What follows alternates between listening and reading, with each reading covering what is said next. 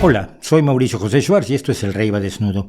La historia de los 6 sabios ciegos y el elefante, originaria de la India, es una de las parábolas que más han entusiasmado a lo largo de los siglos a diversas religiones y a numerosos filósofos. Se utiliza fundamentalmente para demostrar que el ser humano es enormemente limitado, que la verdad es imposible de conocer, que la subjetividad manda, que la realidad objetiva está tan lejana que no podemos ni siquiera empezarnos a enterar cómo es. Y bueno, básicamente cualquier conclusión que se le haya ocurrido a alguien mientras ora, medita o se guarda entre pecho y espalda un rico guiso obtenido sin necesidad de trabajar, como suele ser común entre los ministros religiosos, monjes, sacerdotes, curas y filósofos. Si usted no conoce la historia, le invito a que la vaya a leer y regrese. Aquí lo espero, no hay ningún problema, puede ponerle pausa, porque básicamente, aunque haya muchas variantes, la idea es más o menos la misma. 6 ciegos tocan distintas partes del elefante y concluyen que el elefante es cada una de las partes que ellos tocaron. El problema que yo siempre he tenido con esta historia es que para mí lo que demuestra es que la arrogancia de la religión y la filosofía que tocan algo y consideran que es el todo es peligrosa e impide el conocimiento. Porque mire usted, si en lugar de ser 6 sabios ciegos en la antigua India, esa India espiritual y de gran bondad e iluminación, que igual tiene un sistema de castas que considera que el nacimiento de una hija es una maldición, y donde todavía hoy es común que a las recién nacidas se les mate sin más trámite, esos 6 sujetos hubieran sido 6 científicos con una preparación adecuada, la historia sería distinta, y quiero empezar hoy contándoles la historia de los 6 científicos ciegos y el elefante.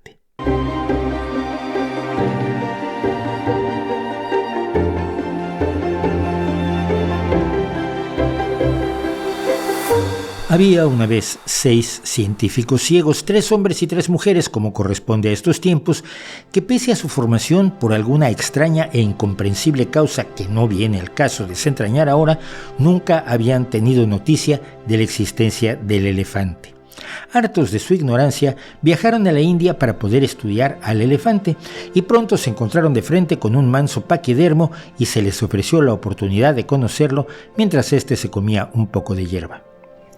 El primer científico se aproximó al elefante y dio de lleno con su costado. «Esto parece una pared», dijo, y siguió explorándolo con las manos. «Tiene una curiosa curvatura y es rugoso y duro. Y creo que tiene pelos». Para entonces una de las científicas se había acercado a su lado dando con la oreja del elefante. «Pues esto parece como un gran abanico, una estructura delgada y muy amplia». «Podría ser otra parte del elefante». Siguiendo su voz, el primer científico se acercó palpando el costado del elefante, llegando a su cuello hasta detectar la oreja. «Anda, pues el muro se resuelve en esta estructura. El elefante parece un acertijo complejo. ¿Quieres comprobar lo que toqué a la derecha?». La científica asintió y recorrió el camino inverso hasta llegar al amplio costado del elefante. «Seguramente hay más de él que debemos conocer», dijo luego de constatar que la descripción de su compañero era correcta. «Vaya si lo hay», se oyó la voz de la segunda científica a su izquierda, «porque esta parece una gran lanza de textura lisa y con una suave curvatura». Los 2 primeros científicos siguieron palpando hacia su izquierda, tocando la mejilla del elefante, incluso subiendo y bajando las manos por su extensión hasta llegar al colmillo que la segunda científica había encontrado, recorriendo su extensión y su cambiante forma. Mientras comentaban animadamente las 3 partes del elefante que ya habían descubierto, los interrumpió otro de sus compañeros. «Pues si se acercan más hacia aquí, verán que esta parte es como una serpiente», anunció aferrado a la trompa del elefante. El proceso se repitió. Los 3 primeros fueron a constatar las descripciones táctiles que habían recopilado hasta el momento y luego se reunieron alrededor de la trompa, descubriendo al recorrerla con los dedos de arriba abajo que era más gruesa en la base y más estrecha en la punta, donde tenía una fascinante capacidad prensil. Su emoción no hizo sino aumentar cuando la tercera científica llamó su atención. «Pues aquí lo que tenemos es un pilar que llega hasta el suelo y parece estar unido al muro que describió nuestro primer colega. Quizás hay más». Siguió un revuelo de dedos recorriendo al elefante y encontrando, además de sus labios y su quejada que seguía masticando su hierba, que no había uno sino 4 pilares, con lo cual alguno se atrevió a decir: «Igual son patas». Es solo una hipótesis de trabajo, pero parece razonable como punto de partida. Los demás asintieron y se anotaron la posibilidad de que el elefante fuera un animal de 4 patas. El tercer científico intervino entonces desde el otro extremo del animal. «Pues lo que hay aquí es algo que parece una cuerda con una borla de pelo en el extremo». Quizás es el final del elefante. Las manos de todos volvieron a partir de la trompa, tocando los colmillos y las orejas y el costado, hasta llegar a la cola del elefante que sostenía el sexto científico. Pero estamos detectando al elefante solo del suelo hasta nuestra altura, dijo una de las científicas. Es cierto, coincidió uno de sus compañeros, tenemos que explorar la parte de arriba, que por supuesto nos supera en estatura a todos. Alguien se tiene que subir en los hombros de otros para poder tener una descripción más precisa del elefante. Y así, a hombros de gigantes de su misma estatura, los científicos, pese a su ceguera, recurrieron al elefante y pudieron hacer una descripción bastante completa de cómo era el animal. Y el animal era así.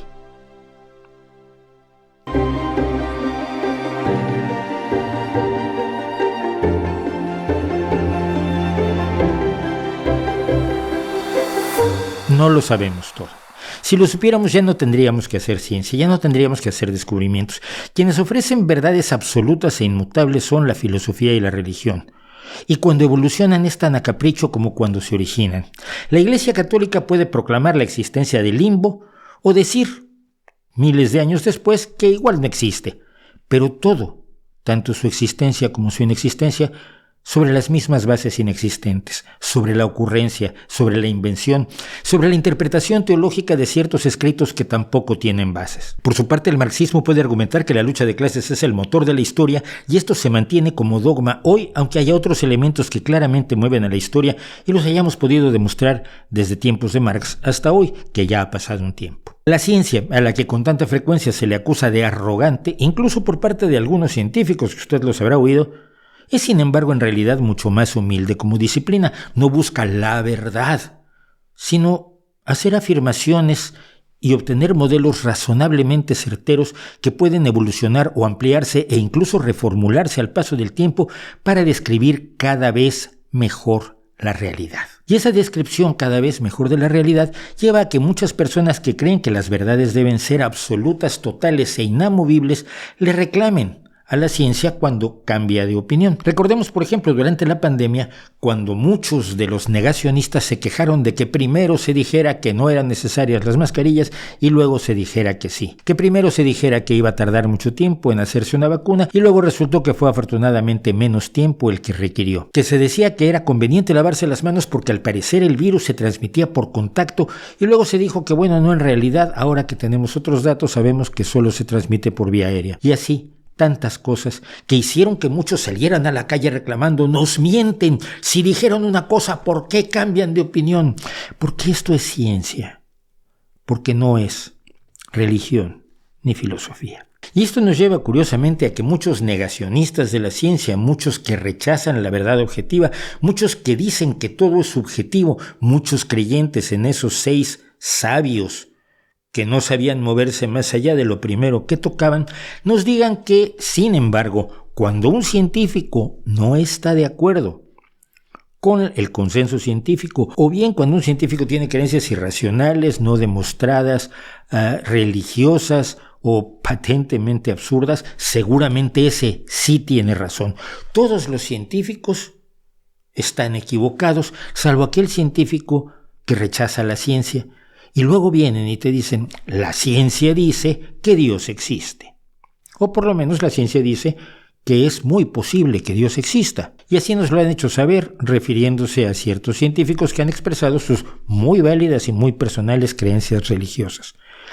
Pero, ¿qué tienen que ver las creencias religiosas o paranormales o de otro tipo con el trabajo científico que realizan precisamente los científicos? En realidad, bastante poco.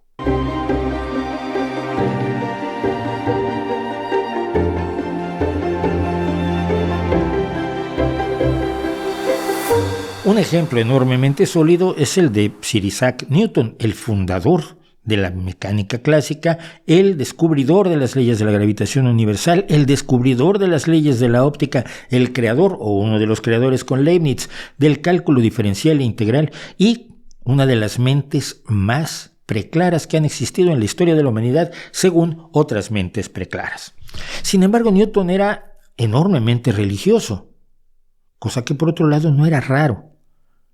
En ese momento, entre los propios científicos, hasta ese momento nadie se había planteado la posibilidad de pensar la realidad sin la religión, aunque sus conclusiones los llevaran lejos de lo que decía la religión. Copérnico, en ese sentido, fue enormemente cuidadoso, no publicó sus observaciones sino hasta poco antes de morir, y siempre como meras especulaciones y tratando no solo de evitarse problemas con la Iglesia, sino de evitarse problemas consigo mismo, porque sus descubrimientos y sus desarrollos desafiaban de alguna forma aquello que honesta, profunda e intensamente creía. Y lo mismo se puede decir de Kepler o de Galileo, aunque Galileo fue un poco más descuidado, por lo menos con la Inquisición, pero no sabemos qué tantos problemas internos tuvo al ver una realidad distinta de aquella en la que creía, porque era un hombre religioso. Ninguno de esos científicos, ninguno de esos creadores de la revolución científica empezó rechazando la religión. Tuvieron primero que tener los datos para luego decir: parece ser que lo que me ha contado la Biblia y lo que me ha dicho la Iglesia, lo que me ha dicho Lutero o lo que me ha dicho el Papa, no son verdad. Pero el hecho de que un científico como Newton crea en lo que se cree normalmente en su tiempo tampoco debería sorprendernos. Newton creía que la numerología le permitiría obtener la fecha del fin del mundo aplicándola a sus cálculos bíblicos. Dudo mucho que Newton haya utilizado una Biblia en griego y quiero más creer que utilizaba una Biblia en inglés y sin embargo creía que los cálculos numerológicos de las sentencias bíblicas en inglés podían darle señales del futuro. ¿Era irracional? Por supuesto, pero no creían ese mismo tipo de cosas todos en ese momento. Lo importante de lo que hizo Newton es aquello que es original, no aquello que hacía como todos. Y todos eran religiosos, y todos eran cristianos de una u otra forma, y todos creían también en la astrología. Kepler o Tycho Brahe eran, además de astrónomos, astrólogos. Y lo interesante, lo que realmente le dio validez al conocimiento que nos legaron, es que no mezclaron las cosas. La numerología y las creencias astrológicas de Newton no están presentes en sus análisis de la gravitación universal, del movimiento de los planetas o de la refracción, la reflexión y la difracción de la luz. No están presentes en la descripción de las lunas de Júpiter por parte de Galileo. No están presentes en lo que hicieron de ciencia. Supieron mantener claramente separados el universo de sus creencias, el universo íntimo de aquello que creían probablemente con toda sinceridad, y la realidad sólida y clara que les demostraban sus investigaciones. Creer en lo que cree la mayoría de gente en tus tiempos no es tan extraño. Otro ejemplo es el de el botánico, zoólogo y taxónomo del siglo XVIII, Carl von Linneo, el que organizó por primera vez nuestra comprensión de la vida real. Pero él consideró que algunas criaturas mitológicas, poco menos que sobrenaturales, pero ciertamente criptozoológicas, podían existir, como por ejemplo las sirenas. Curiosamente, el trabajo de Linneo hizo mucho para erradicar las supersticiones respecto de muchos animales míticos. Sin embargo, algunos animales legendarios como el fénix, el sátiro y la manticora acabaron en la lista original del sistema natural de Linneo. ¿Cómo podía Linneo saber que todos esos seres eran mitológicos si todo el mundo creía en ellos y los había descrito? Y el animal que más le fascinaba era, por supuesto, la sirena. En la 10ª edición del Systema Naturae describe un espécimen de sirena que se encontraba en un museo en Leiden. La sirena de Linneo solo se reveló como un fraude mucho tiempo después, gracias a los rayos X que se le hicieron al espécimen.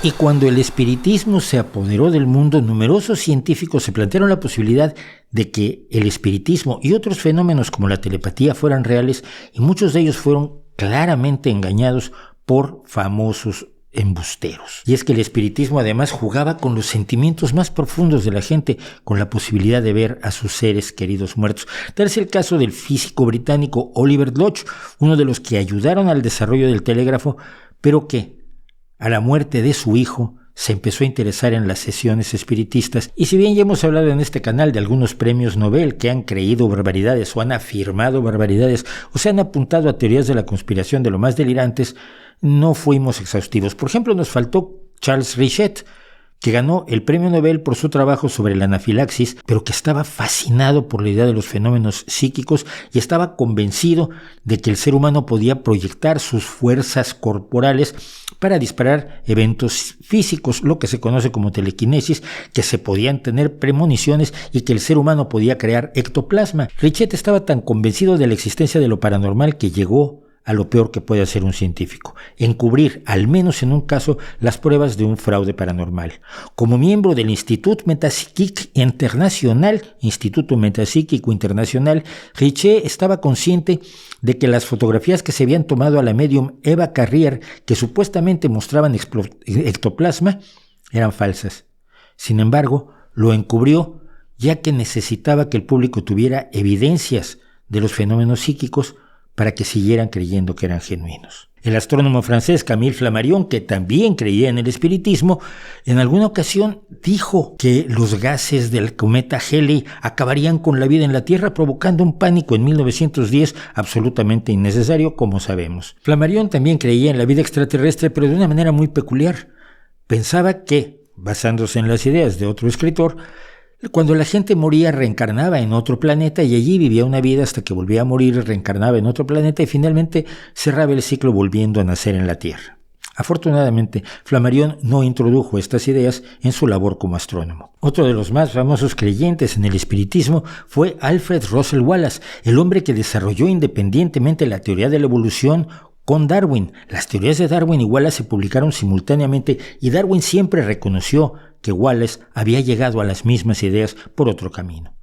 En un momento dado, Wallace era el biólogo más famoso del mundo, sobre todo porque Darwin era un hombre tremendamente privado, pero también solía ir a sesiones espiritistas y creía que las médiums eran capaces de comunicarse con los espíritus de los muertos. Además, Wallace era un oponente de la vacuna contra la viruela, pero no debido a sus intereses paranormales, sino porque creía que la selección natural significaba que todo, incluso la viruela, tenía un lugar en el mundo. Las vacunas, temía él, destruirían el equilibrio logrado por la selección natural, lo cual también es una visión un tanto mágica de la selección natural. Wallace llegó a creer que estaba con su madre y lo demostraba mediante fotos espiritistas que le tomaron fotógrafos embusteros de la época. Decía Wallace: los mal llamados muertos siguen vivos, nuestros amigos están con nosotros, nos guían y nos fortalecen cuando debido a la ausencia de condiciones apropiadas no pueden hacer conocida su presencia. Y uno de los casos más peculiares es el de Marie y Pierre Curie,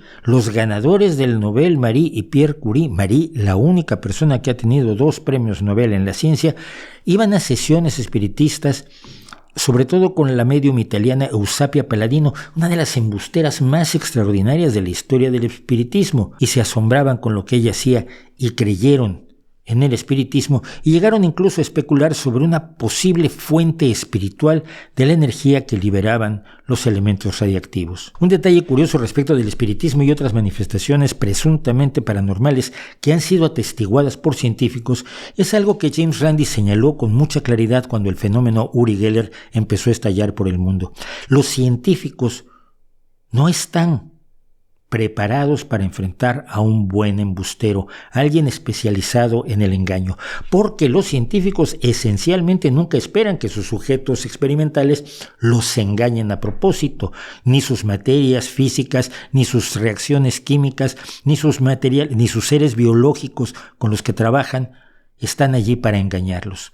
Y entonces resultan personas enormemente ingenuas. Y por eso Randi siempre pidió que cuando algún científico quisiera experimentar o estudiar a un presunto poseedor de poderes paranormales, siempre tuviera a la mano un mago experto en el engaño, porque en todos los casos, por lo menos estudiados hasta ahora, se ha demostrado que los sujetos experimentales que decían tener tales poderes, pues eran también expertos en el engaño. Hay unas palabras de Pierre Curie que hoy podría repetir cualquier negacionista, cualquier trivializador, cualquier relativizador de la ciencia. Aquí hay, en mi opinión, un dominio entero de hechos completamente nuevos y estados físicos en el espacio de los cuales no tenemos concepción. Y esto podría ser la base para decir que es necesario aceptar cualquier afirmación de lo paranormal. William Crookes, el físico que descubrió y dio nombre al elemento químico talio, que inventó el radiómetro de Crookes, que fue uno de los pioneros de los tubos de vacío, que identificó una de las primeras muestras de helio conocidas y que fue un investigador de importancia en los rayos catódicos y la radioactividad, también estaba obsesionado con las sesiones espiritistas y los fenómenos paranormales. Y quizás usted y yo también lo habríamos estado en ese momento. Nada parecía indicar que fueran fraudes, a menos que uno atendiera a Houdini. Iba a sesiones, investigaba a los médiums y concluyó que, con la incapacidad de los científicos siempre para enfrentar a los embusteros, realmente se comunicaban con los muertos. Y aquí lo tenemos en 1874 con lo que creía que era un fantasma conocido por el nombre de Katie King, que solía aparecer en las sesiones bajo la dirección de la médium adolescente Florence Cook, otra extraordinaria embustera de la época.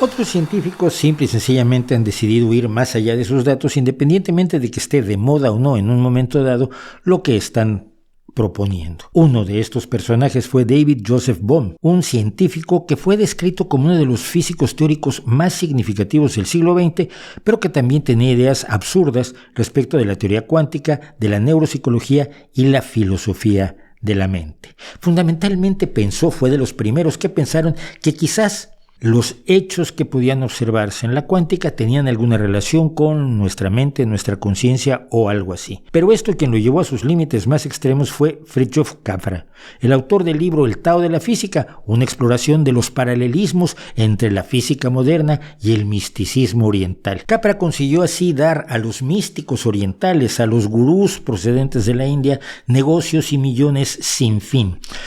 Capra hizo paralelos entre las tradiciones místicas védicas y orientales y los descubrimientos de la física del siglo XX, del mismo modo en que se puede hacer un paralelismo entre cualquier conocimiento y cualquier superstición antigua. Como decir que el avión de los hermanos Wright y la alfombra voladora son más o menos la misma cosa y que ese paralelismo es muy sospechoso y probablemente tiene un significado ocultista. Con este libro, El Tao de la Física, Fritjof Capra inició lo que se conoce como el misticismo cuántico, que hoy es uno de los más grandes negocios de todo tipo de charlatanes y embusteros por todos lados. Pero Capra iba mucho más allá para gusto de muchos místicos actuales. Decía que la cultura occidental debería abandonar lo que él llamaba el pensamiento lineal y las visiones mecanicistas de Descartes, criticando la visión cartesiana reduccionista de que todo se puede estudiar en partes.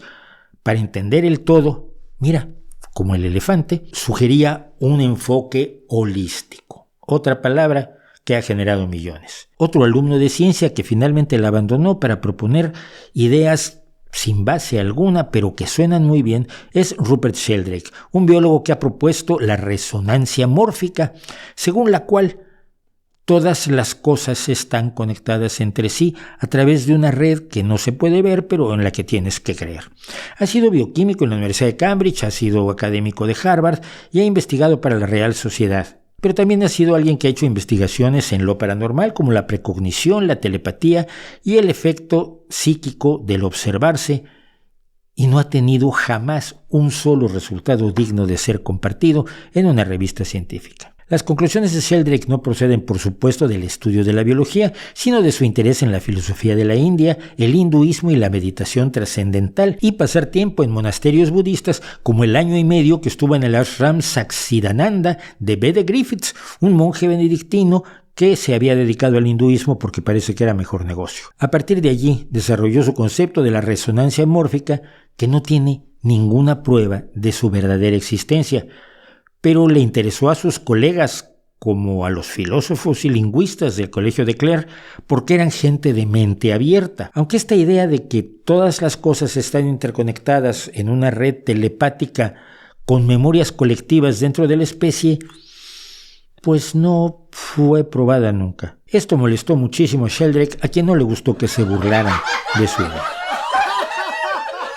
Los científicos creen cosas raras. Los científicos pueden ser premio Nobel como Kary Mullis y creer que hablan con los extraterrestres que se les presentan en la forma de mapaches luminosos, como ya hemos comentado aquí. El ser científico, el tener un título científico, el haber pasado por una escuela de ciencias, por una facultad de ciencias, no convierte a la gente en alguien con una visión científica en todo en la vida, por supuesto. Todos tenemos creencias irracionales, algunas más graves que otras y algunas más peligrosas que otras, pero todos las tenemos. Y esto nos lleva a la pregunta fundamental: ¿por qué la gente les cree a los científicos precisamente cuando no hacen ciencia?